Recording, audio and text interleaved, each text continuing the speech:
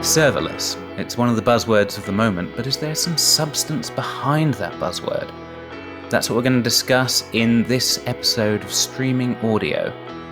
Streaming Audio is brought to you by Confluent Developer, which you'll find at developer.confluent.io, which is our site teaching you everything you need to know about event streaming, event-driven architectures, and of course, Apache Kafka.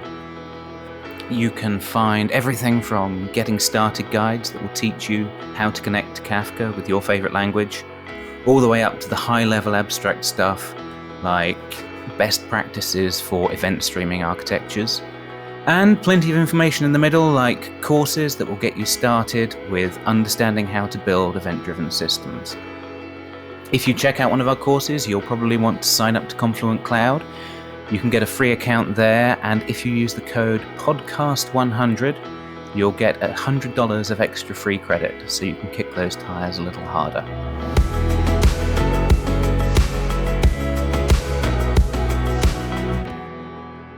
My guest today is Bill Bejeck, a member of the DevX team at Confluent, former member of the Streams team, author of Kafka Streams in Action, and a colleague of mine, quite happily. Hi, Bill. How's it going? I'm doing great, Chris. Cool. Enjoying the time zone difference. It's like breakfast time over there. Yeah, exactly. I guess this is what, mid-afternoon for you? Mid-afternoon, ready for a cup of tea and a chat. Ideal time.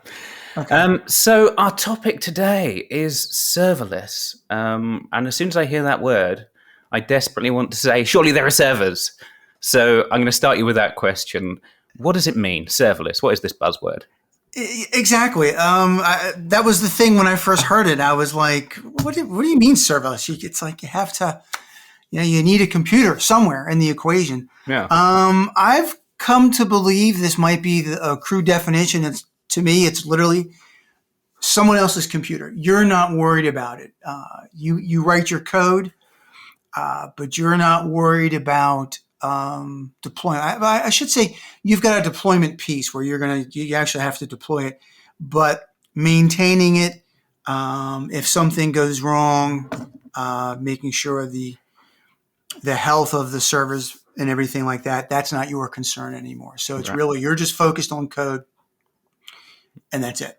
You're not the guy running apt get to get all your packages and all that stuff, right? Exactly. You'd have to be a Linux expert to get going. Yeah. And maybe more importantly, you're not the person watching the PagerDuty dashboard because you're not the one on the hook for something's wrong and you get called at 3 a.m. Yeah. That's not you anymore. Yeah, we've all been there. And if you haven't, as soon as you are, you realize you don't want to be there anymore. Exactly. So, okay, someone else is worrying about the servers and other people worrying about problems is a good thing. But why else is it interesting?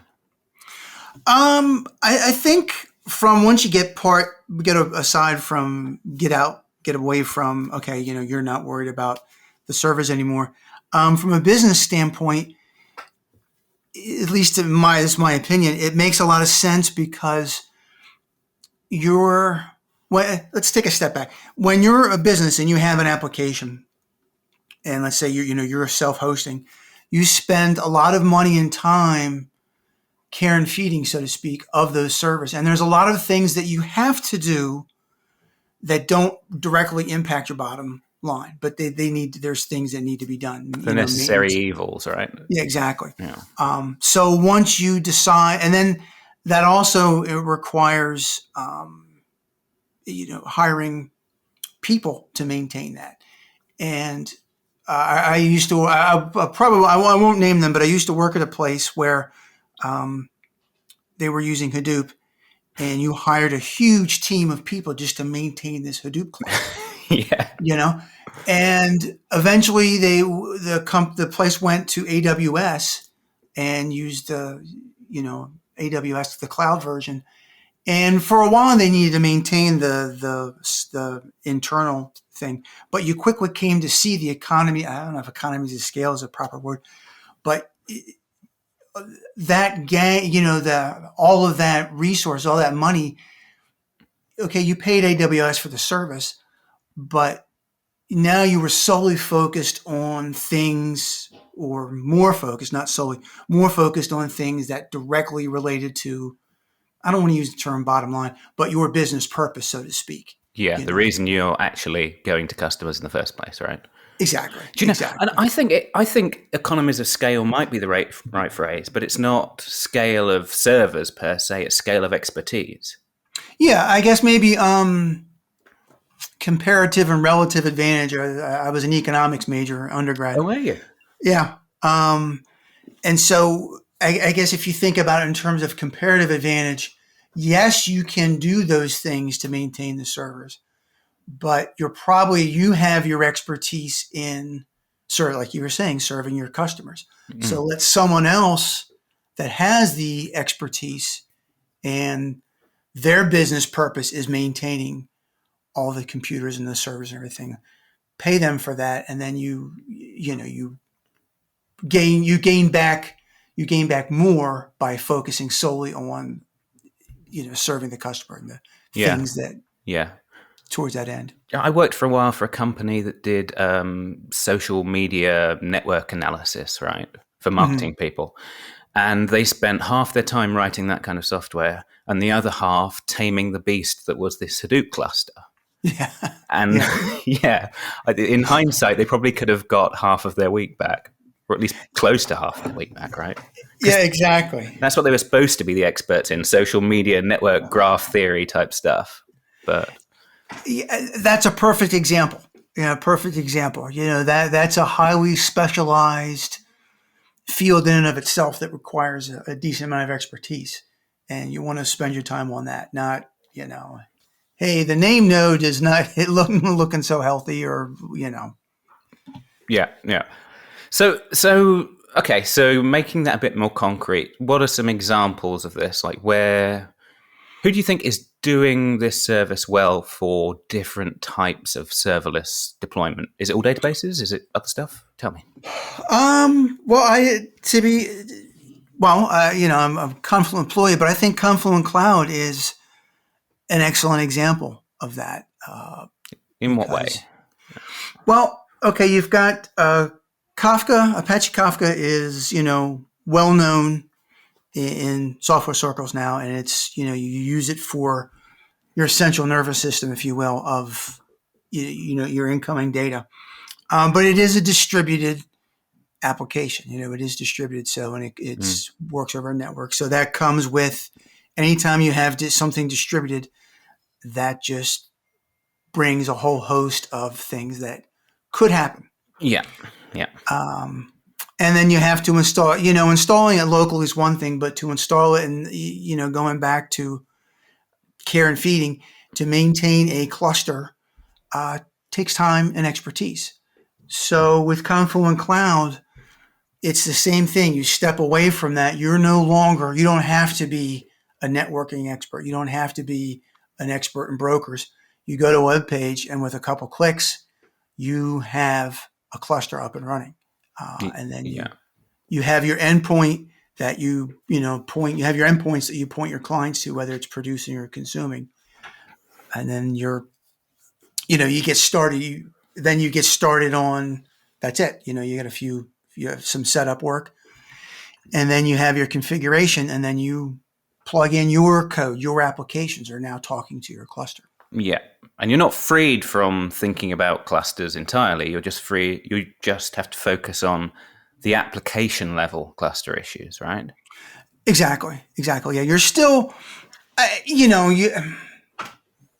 you still have to be aware, to borrow, I don't know if this is the quite the meaning of it, but you need some sort of mechanical sympathy. There's a school of thought of, you need to understand what's going on under the hood, because you don't want to ask a machine or an application to do something it's not well suited for. And so you need some sense of mechanical sympathy of what it is that you're pointing to. Like you don't want to spin up a Kafka cluster and then start piping 10 megabit videos across to it. You need to. Yeah.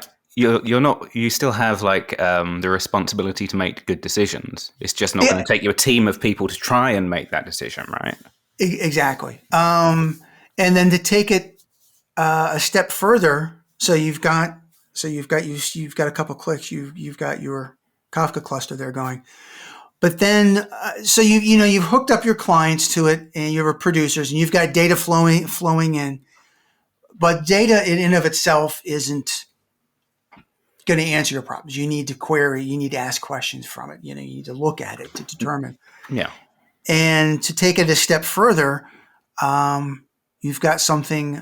We've got something ksqlDB, which is a streaming database. And again, this takes serverless another step in the fact that you go to the key, you click on a link, and you bring up a console, and then you write some SQL, and then you can start analyzing. You can start getting real results from what is flowing into your Kafka cluster. Yeah, you start to get some of that analysis and processing layer. But yeah, exactly. I know you've like, we're going to talk about an example of that later, but let's just ask the other side of the question, which is, okay, so you've got a database data store in the cloud serverless. What about computing, right? What about serverless processing? Where do you go for that? Well, you've got, again, you can. There's lots of options, but like with AWS, and depending what you want to do, but I'll talk about Lambda first. And I would say a lot of developers are familiar with the term Lambda, and that just represents. To me, it comes from the functional programming world, where it's a world I like living in.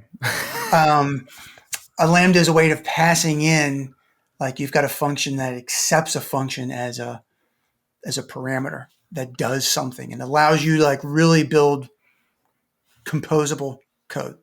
I probably shouldn't go any further myself because I'm going to get this wrong. I think you could say it even simpler, and you've got just like a world of anonymous functions that could have a name but maybe don't, and they just connect them together, right? Yeah, and each one has a purpose. It has a single purpose, which makes things easier to test and reason about. You chain them together to get a much larger scope of functionality, if you will. But AWS Lambda has something that's like that, where you write code, but it's a singular function. I'll talk about it in Java terms. It implements a single interface. Record handler, I think, is the interface name, and it accepts a parameter of. I won't go into that level of detail, but you're handed off a batch of records, and you do something with them. Yeah, we can keep it high level. I think we're going to put some links to GitHub in the show notes, right? Yeah. So.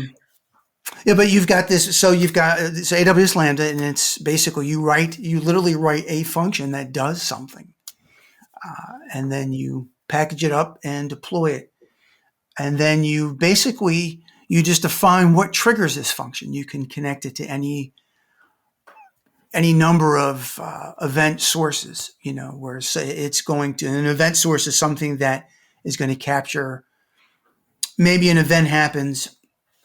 I think the canonical example is a user uploads a photo, like a picture, to an S3 bucket, and you want to you automatically want to resize it. Well, your Lambda, quote unquote, listens to that S3 bucket, and when a new file arrives, it's going to handle that image, resize it, do whatever you want with it, and then put it back somewhere else. Right. And what? Okay, I'm sorry. Go ahead. So it could be listening to an S3 bucket. Presumably, you're going to tell me equally it could be listening to a topic in Kafka or any number of external sources. Exactly. So you've got data ingress, some kind of processing layer, maybe some ksql to chew through the data as well. And then, do you host a web server? I mean, I always think in terms of web server because it's a nice set of tiers and it's a nice size application. So you stick maybe a web server somewhere on AWS to then spit out the end of that pipe of functions and topics? You could. You deploy. You deploy your Lambda AWS, and then you can have it write. When it's done, it can basically you host it on AWS. You don't have to deploy your own server, and then where it writes to, it can connect across the internet to write your final result. I guess an example would be you can have a AWS Lambda that is triggered off of, say, a Kafka topic, and where it's hosted, it doesn't really matter too much because you just give the Lambda. The Lambda is just, you give it a bootstrap server. That's a Kafka specific term. You just give it a URL for it to connect to a broker somewhere, and it doesn't necessarily care where that is. So it's going to listen to that topic. Well, actually, under the covers, you're going to have a consumer, but the consumer associated with that Lambda is going to read in records, pass them off to Lambda. It's going to do whatever with it. And then within that Lambda, you could have it actually produce back to a different topic in that same Kafka cluster. So it's this almost like this classic factory model of conveyor belts and people churning the thing and putting it on a next conveyor belt, right? Yeah, exactly. And the thing is, the interesting thing about that is you end up, okay, so I've talked about you spin up you go in and you have a few clicks and you spin up your Kafka cluster. You write some SQL to do some processing of the records coming into your topics you have, maybe stateful processing.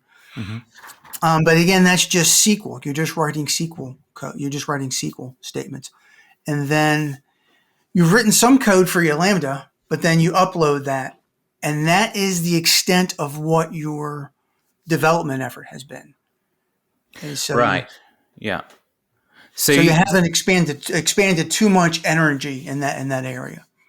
So you're using, to process the raw data, you're using a mixture of SQL queries, different SQL statements, and Lambdas. What's the intuition for which one suits what kind of use case? Where am I using one versus the other? For Lambdas excel at stateless processing. So right. you would want because Lambdas come alive. They're triggered or whatever. They're fired. They come alive, do work on the records they've been handed, and then go back to sleep. They're done. So right. The best suited for stateless processing. ksqlDB it really excels at stateful. It's reading records in from the topics, and it's like rolling up an aggregate or exactly. You can do joins. You've got two topics. You've got a table and a stream. Your stream is events as they happen, and your table is things that can be changing, but you're only interested in the latest change. It's got a primary key, and you're interested in the latest change for that key. Whereas with your event stream, each record is important on its own. They're independent of each other, even if the key is the same. If you I always like to use the example of a stock ticker where it's coming through and you're, you might have, I guess that's a better example of a table. Think of a table where you've got a stock ticker coming through and you're only interested in the latest price. And the symbol is the key. An event stream could be, if you think about IoT, you want those stream. Every record is you're interested in the trend. You've got Internet of Things, like whether it's a temperature gauge or something like that. You're really interested in seeing everyone matters because it's not just the latest. They all matter. Because you want to see a trend. That kind of relates back to one of the things I like about event streaming architectures, because one guy in the trading floor says, I only care about the latest price, and everyone agrees, I only care about the latest price. Yeah. But then next year, someone comes along and says, well, actually, I was interested in all the historical prices. What did you do with those? Yeah. And you say, oh, I throw them away. I just updated the table every time. And that's when you start thinking an immutable event-driven architecture where you don't throw data away by habit. Yeah, exactly. You've got that full log. You've got that full history there, and you can replay it if you need to. You adapt to different purposes, yeah. Exactly. Yeah. But getting back to what ksql, so if you have this, so let's say you've got this event stream of trades coming in, and you've got a customer ID, but you'd like more information. You just don't, you're a person. You're not just some combination of letters and numbers identifying you legally. There's a person behind that. So you could easily do a join against a user table, if you will, that has more information about you. Maybe it's demographic. You want to look at more demographics, whatever. But you do that join, and the user information could be, it's not going to change very frequently, but it changes. It could be the user information, like the person logs in, and so that would change quite a bit. If someone's logging in, logging out.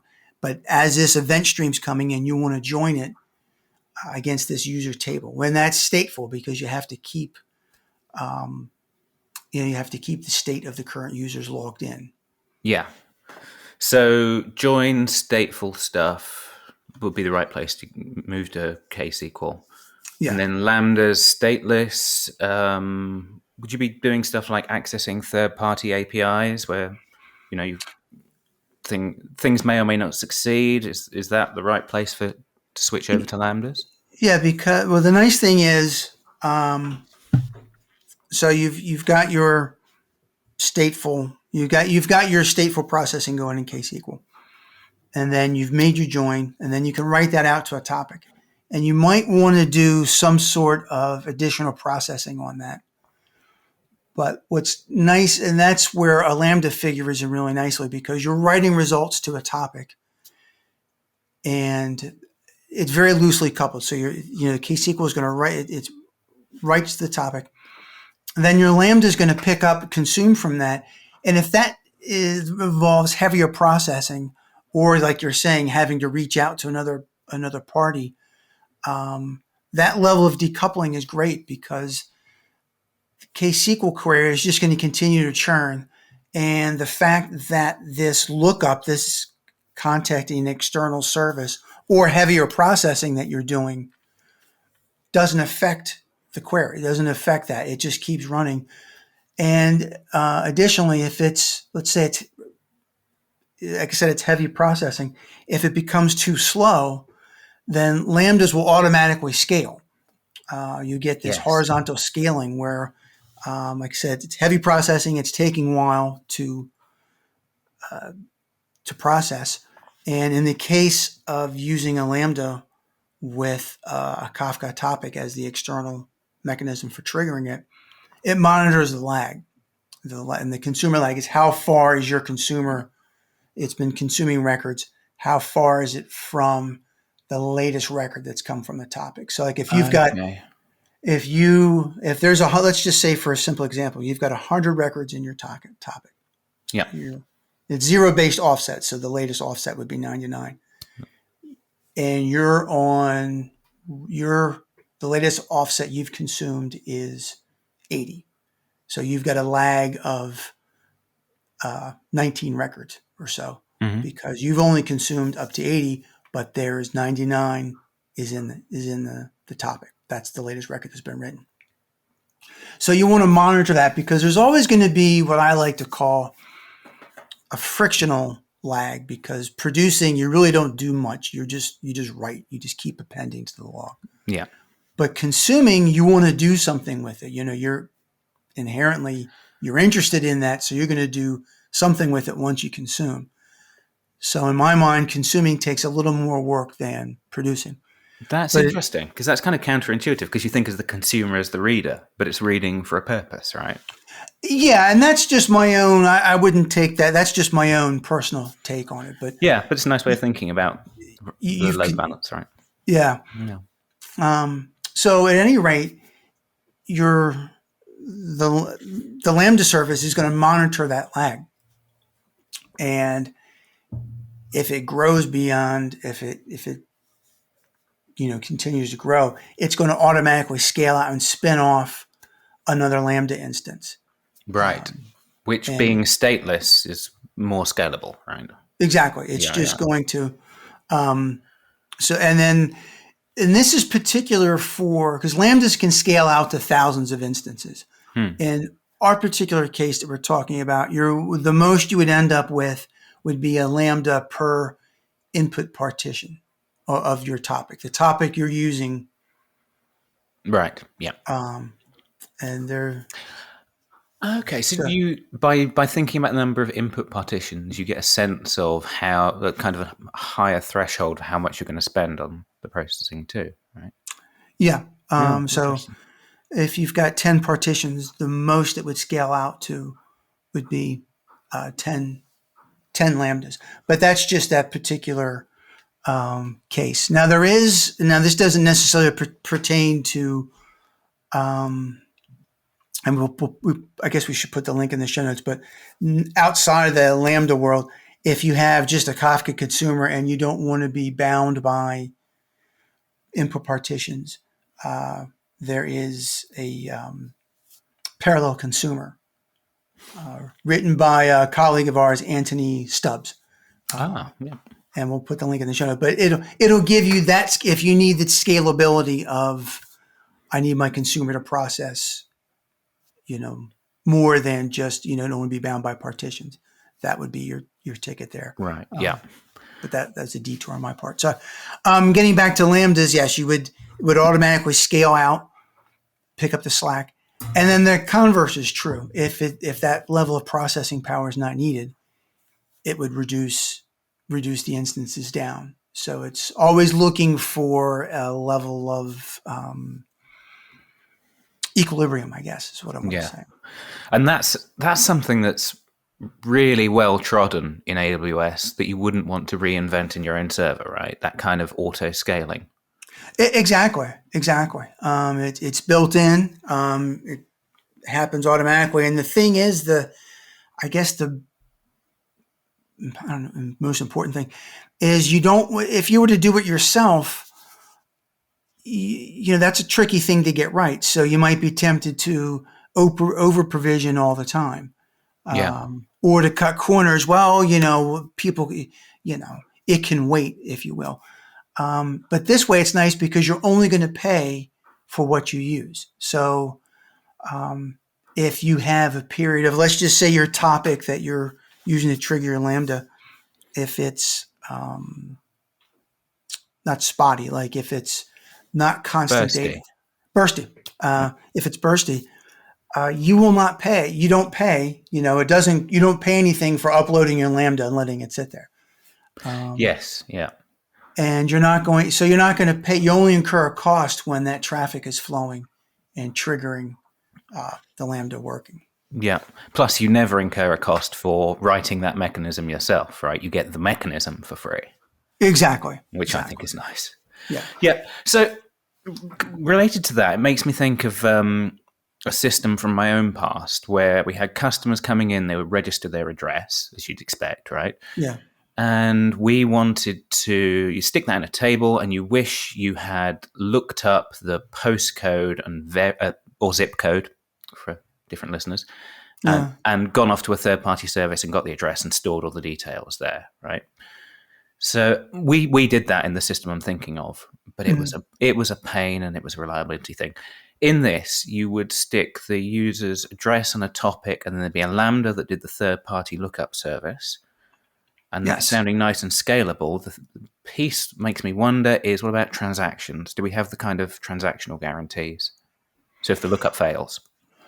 Well, what's going to happen is if the lookup fails, well, I guess it depends on what you're doing with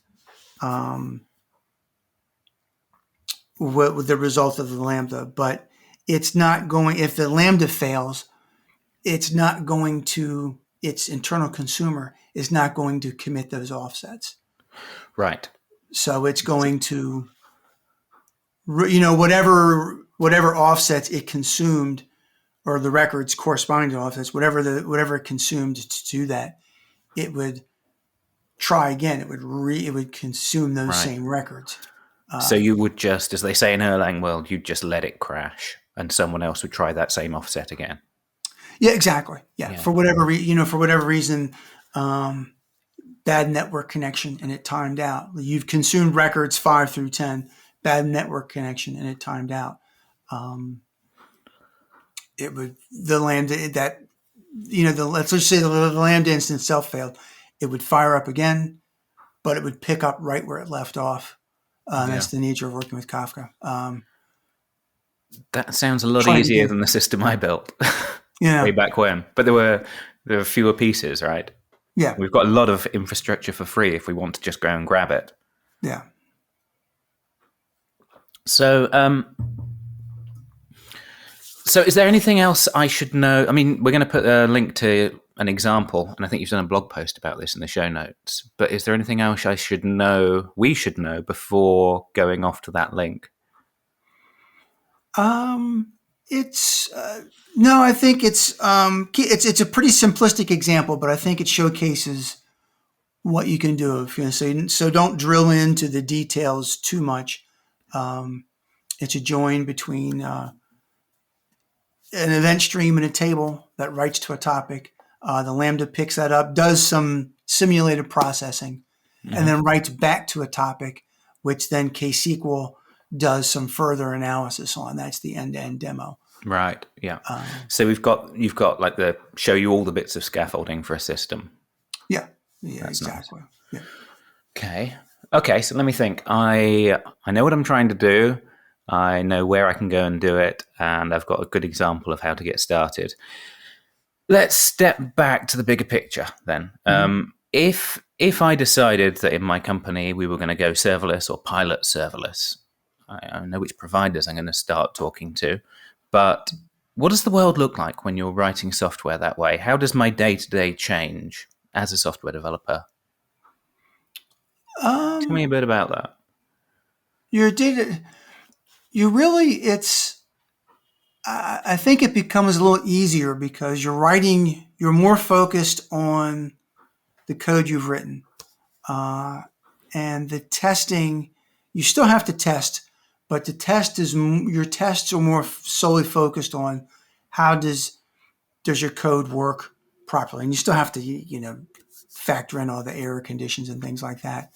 But then I think, we touched on this before, you deploy it and then you would still, there's still going to be, I would guess, some level of monitoring because, you deploy to a service. The service is going to worry about, they care about keeping the servers up, but it's not their responsibility to keep an eye on your code. Right. Yeah.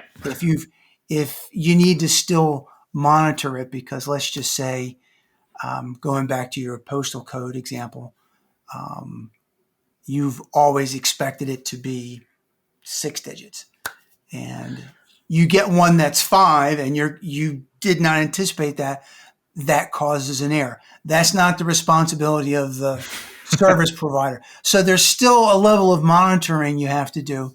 But I feel it's a bit simpler because you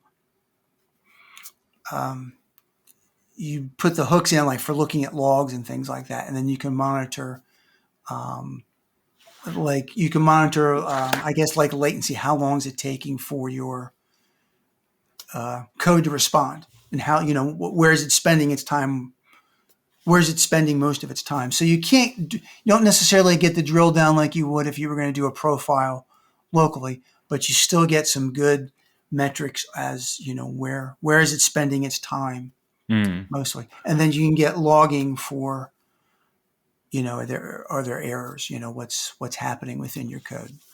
Yeah, I can imagine you get a different level of detail than you're used to, but you also get it much more easily than you're used to, right?